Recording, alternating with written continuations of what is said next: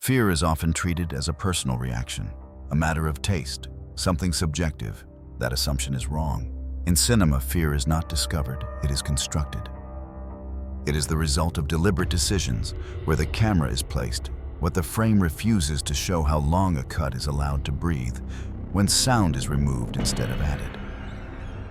The audience does not feel afraid on their own. They are guided, restricted, and timed into it. Horror films that endure are rarely chaotic. They are controlled systems. Every technical choice narrows perception, limits certainty, and manages attention. When fear works, it is because the film has engineered a precise relationship between image, sound, and expectation. This video is not about stories. It is not about characters. And it is not about how frightening a moment feels. It is about construction. We are looking at 15 horror films through a single lens, one dominant technical decision per film.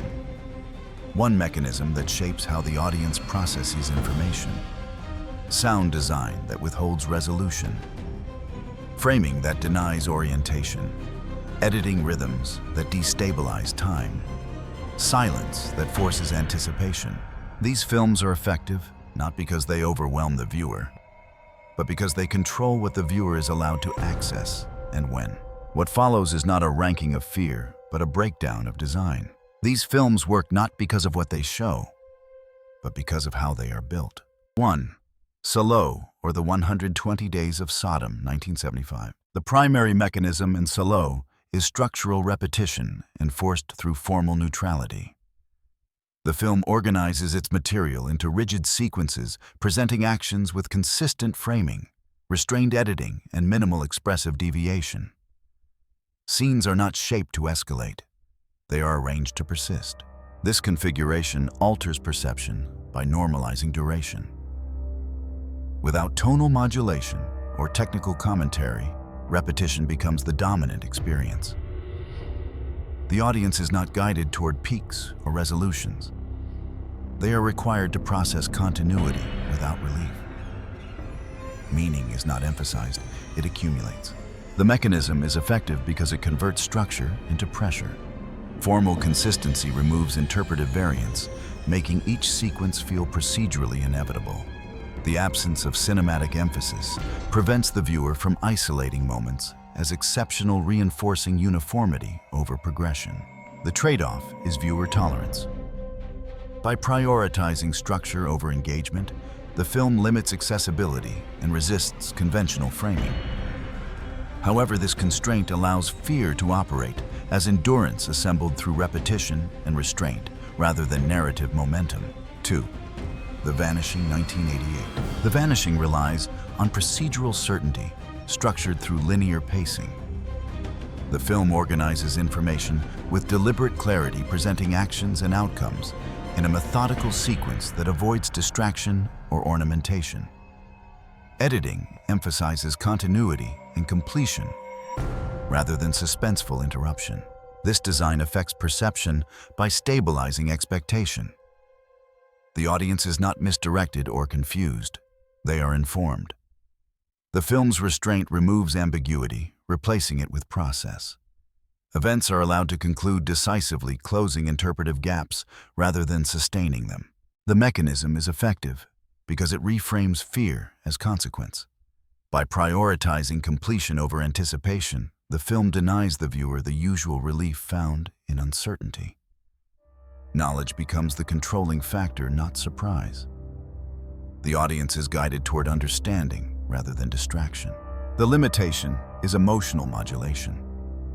This approach reduces dynamic tension and limits variation in rhythm. Yet the trade-off allows fear to emerge from finality, the recognition that once information is delivered, it cannot be retracted or softened by ambiguity. 3. Angst, 1983. The dominant mechanism in angst is camera fixation, combined with spatial denial. The film anchors the viewer to an unrelenting observational position, frequently maintaining proximity that removes contextual orientation. The camera does not establish safe overviews or explanatory distance. It tracks movement in a way that restricts spatial comprehension and limits interpretive escape. This configuration alters perception by eliminating external reference. The audience cannot triangulate events against a stable environment or moral framework, because the frame consistently prioritizes immediacy over structure. Motion is captured without preparatory cues, and the camera's persistence prevents viewers from resetting their attention between moments. The mechanism is effective because it converts observation into constraint. Without spatial relief, the viewer's perceptual system remains occupied with navigation rather than evaluation. Attention is consumed by proximity and continuity, reducing the capacity for analytical distance. The trade-off is narrative accessibility. By refusing establishing clarity and traditional shot variation, the film limits orientation and predictability. However, this sacrifice enables fear to function as enforced presence produced by the camera's refusal to release control, rather than by escalation or surprise. 4. Eraserhead, 1977. The primary mechanism in Eraserhead is environmental sound dominance paired with visual minimalism. The film constructs its world through persistent, non-specific industrial noise that operates independently of on-screen action. Sound is not used to accent events, but to define space continuously. This approach shapes perception by establishing a baseline of sensory occupation. Because the soundscape does not respond to narrative beats, it resists interpretation as cue or signal. The viewer cannot rely on auditory changes to mark progression or resolution. Visual compositions remain sparse, forcing attention onto texture and duration rather than incident. The mechanism is effective because it removes hierarchy. With no clear separation between foreground and background, the audience experiences space as uniformly active. Attention cannot settle, it must remain distributed. This sustained occupation limits cognitive relief. The trade-off is narrative legibility. By subordinating story to environment, the film reduces explanatory access. Yet this constraint allows fear to operate as a condition of presence, assembled from continuous sensory control rather than event-based escalation. 5. Possession, 1981. Possession is driven by performance intensity, framed without modulation. The film allows extended, uncontrolled performances to dominate scenes, while withholding technical relief through cutting scoring or reframing. The camera often remains present longer than comfort would suggest, refusing to dilute expression through editorial mediation. This choice alters perception by collapsing distance. Without rhythmic cutting or tonal cues to regulate engagement, viewers must process intensity directly. The film does not translate behavior into symbols or explanations. It presents it as sustained data. Meaning is not guided, it is endured. The mechanism works by overwhelming interpretive systems.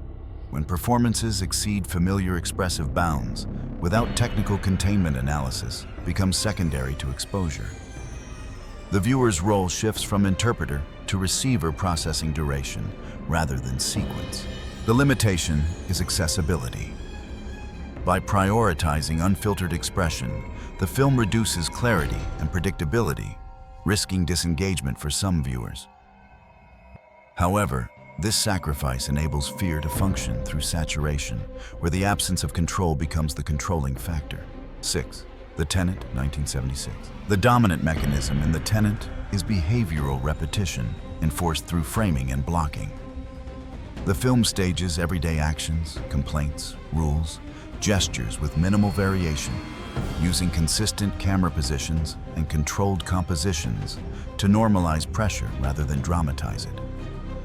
The audience is shown the same patterns from similar angles, reducing novelty and emphasizing process. This design conditions perception over time, because each interaction appears administratively reasonable in isolation. Viewers accept incremental changes without resistance. The camera rarely offers a privileged viewpoint that clarifies intent or hierarchy. Instead, it mirrors the protagonist's constrained perspective, allowing social pressure to appear procedural rather than hostile. The mechanism is effective because it models erosion. Identity does not collapse through confrontation, it dissolves through compliance. Repetition becomes instruction, teaching both character and viewer what is expected. By the time transformation is visible, it registers as a logical outcome of prior concessions, rather than a rupture. The trade-off is immediacy. The film sacrifices overt momentum and spectacle, relying instead on accumulation. This restraint allows fear to emerge as recognition of structure, how systems convert participation into surrender without requiring explicit force. 7.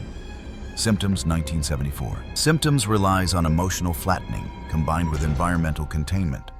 The film minimizes expressive performance and dramatic variation, presenting interactions with subdued affect and limited verbal explanation. Settings are enclosed and repetitive, reinforcing a sense of stagnation. This design alters perception by removing emotional guidance.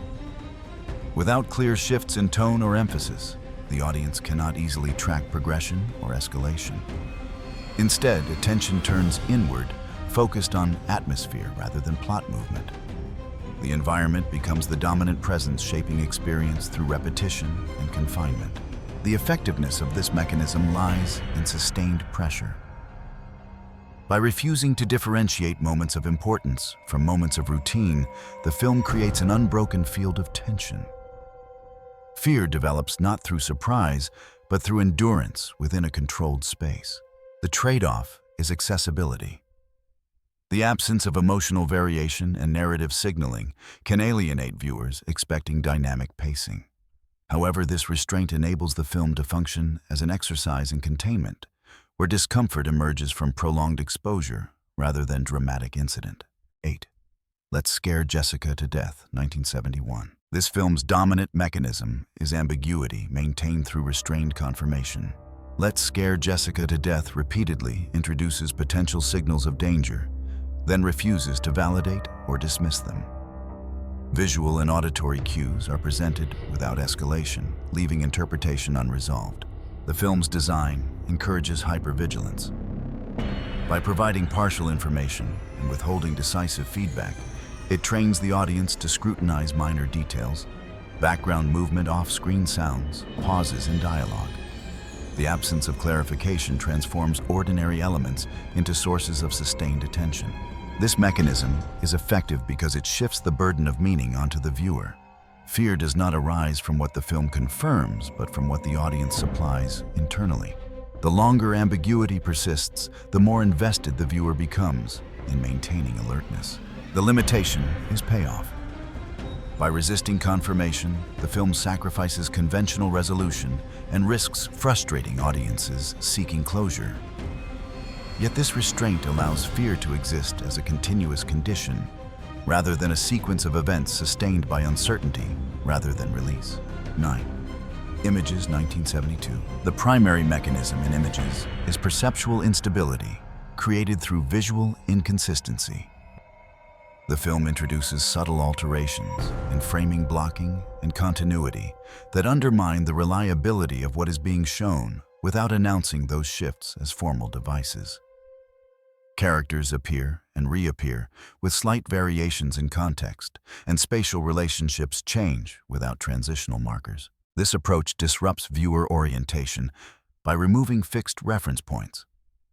The audience attempts to construct a stable internal map of events, but the film quietly invalidates each attempt. Because the inconsistencies are not emphasized through editing tricks or stylistic distortion, they register, gradually producing uncertainty rather than confusion. The effectiveness of this mechanism lies in delayed recognition. Viewers often do not immediately identify the source of discomfort, only that interpretation requires increasing effort. The film leverages this cognitive load, allowing unease to develop from sustained interpretive strain rather than from overt threat.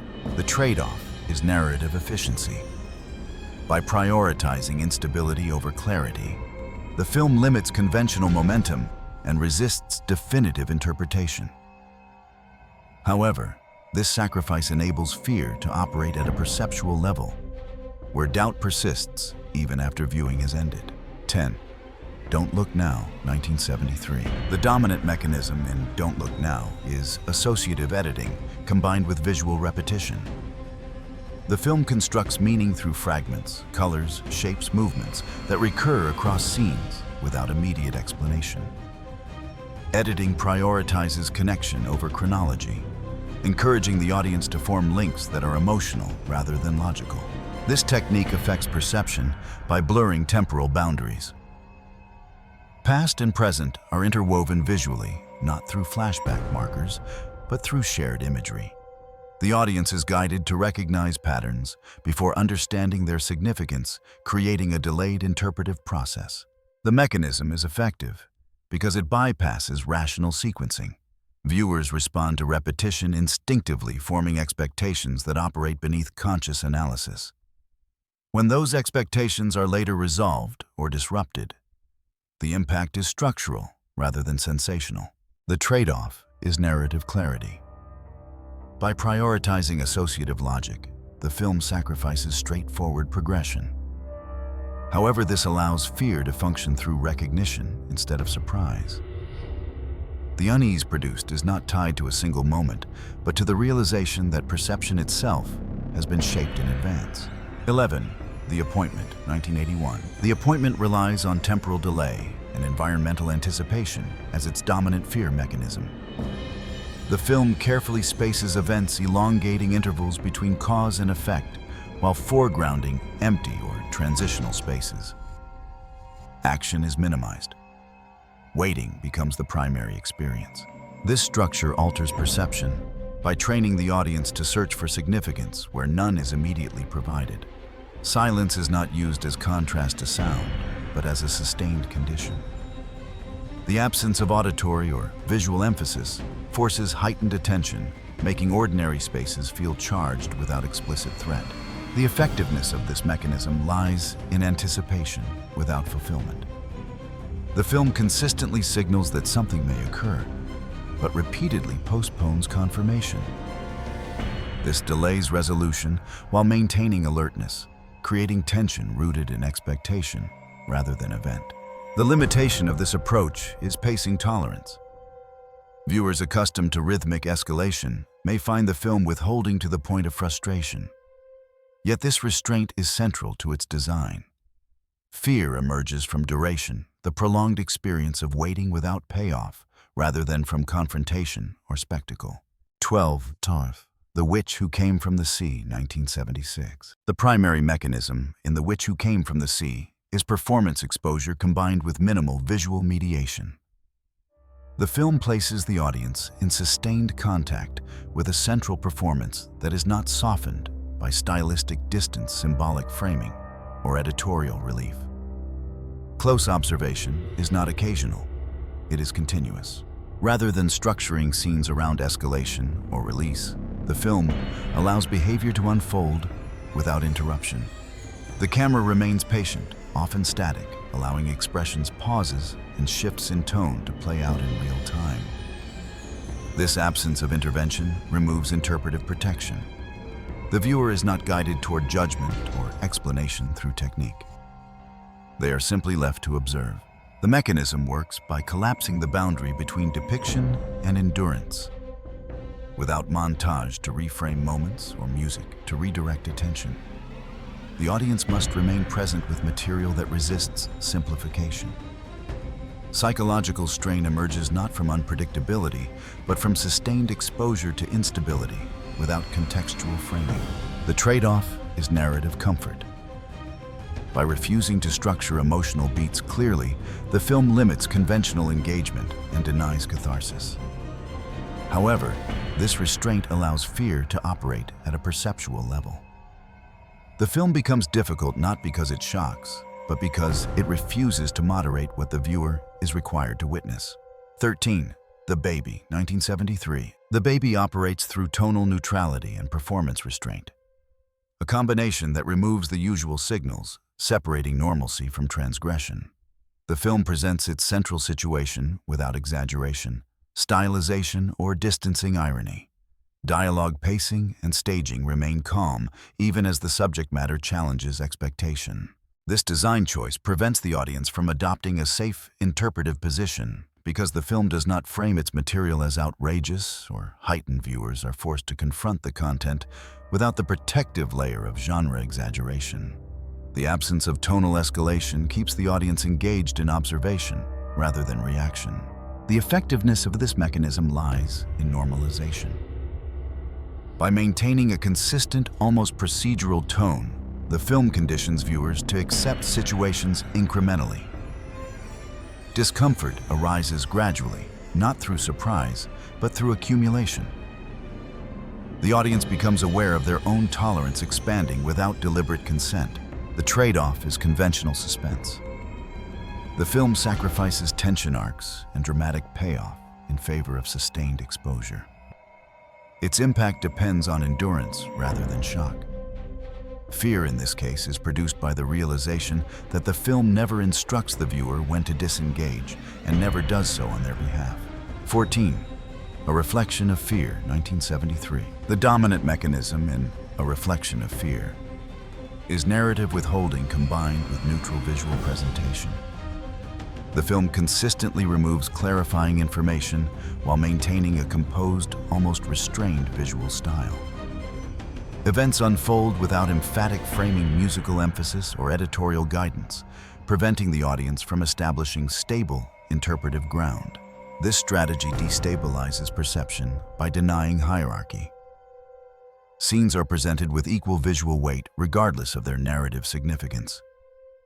Without cues indicating importance, threat, or resolution, the audience must continuously reassess their assumptions. The film avoids signaling when attention should heighten or relax, creating a state of ongoing interpretive uncertainty. The mechanism is effective because it interrupts pattern recognition. Viewers attempt to categorize characters, motivations, and outcomes. But the film resists confirmation. Each attempt to impose order is met with ambiguity rather than contradiction. This produces cognitive friction rather than emotional shock. The limitation of this approach is accessibility. By refusing orientation, the film sacrifices immediate comprehension and risks disengagement. However, the trade-off allows the film to function as a sustained exercise in uncertainty. Fear emerges not from events, but from the audience's inability to confidently interpret what they are witnessing. 15. Blood and Lace, 1971. Blood and Lace relies primarily on camera proximity and framing discipline rather than overt narrative threat. The film establishes discomfort by keeping the camera closer to characters. Then the situation requires reducing observational distance and limiting the viewer's ability to contextualize what they are seeing. Instead of allowing wide compositions that clarify spatial or emotional relationships, the framing frequently isolates faces and partial actions, forcing attention onto moments that would normally pass unnoticed. This restriction alters perception. When the frame refuses to step back, the audience is denied the safety of overview. The camera does not guide interpretation. It merely insists on presence. This creates a viewing condition where scenes feel intrusive, not because of content, but because of enforced intimacy. The audience becomes aware of their own position as observers watching material that is not formally presented as spectacle or condemnation. The effectiveness of this mechanism lies in its neutrality. The film does not emphasize reaction shots, dramatic scoring, or editorial punctuation to signal how moments should be processed. Without those cues, the viewer is left to manage discomfort independently. The absence of framing commentary transfers responsibility from the film to the audience. The trade-off is narrative momentum. This approach slows progression and limits conventional engagement, but it achieves a persistent unease rooted in proximity rather than escalation. The film works by refusing distance, allowing discomfort to emerge through enforced closeness rather than narrative threat. This breakdown focused on design, not reaction. Each film used a limited set of technical decisions to guide perception, restrict interpretation, and manage attention over time. Fear in these cases was not an emotional response. It was the result of structure, timing, and constraint.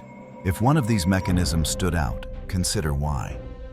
Was it the control of space, the use of silence, the refusal to offer resolution. Which technical choice surprised you the most? And which horror film do you think deserves closer analysis at the level of craft rather than story? If you're interested in examining horror as a constructed system rather than a genre of shocks, this conversation doesn't end here.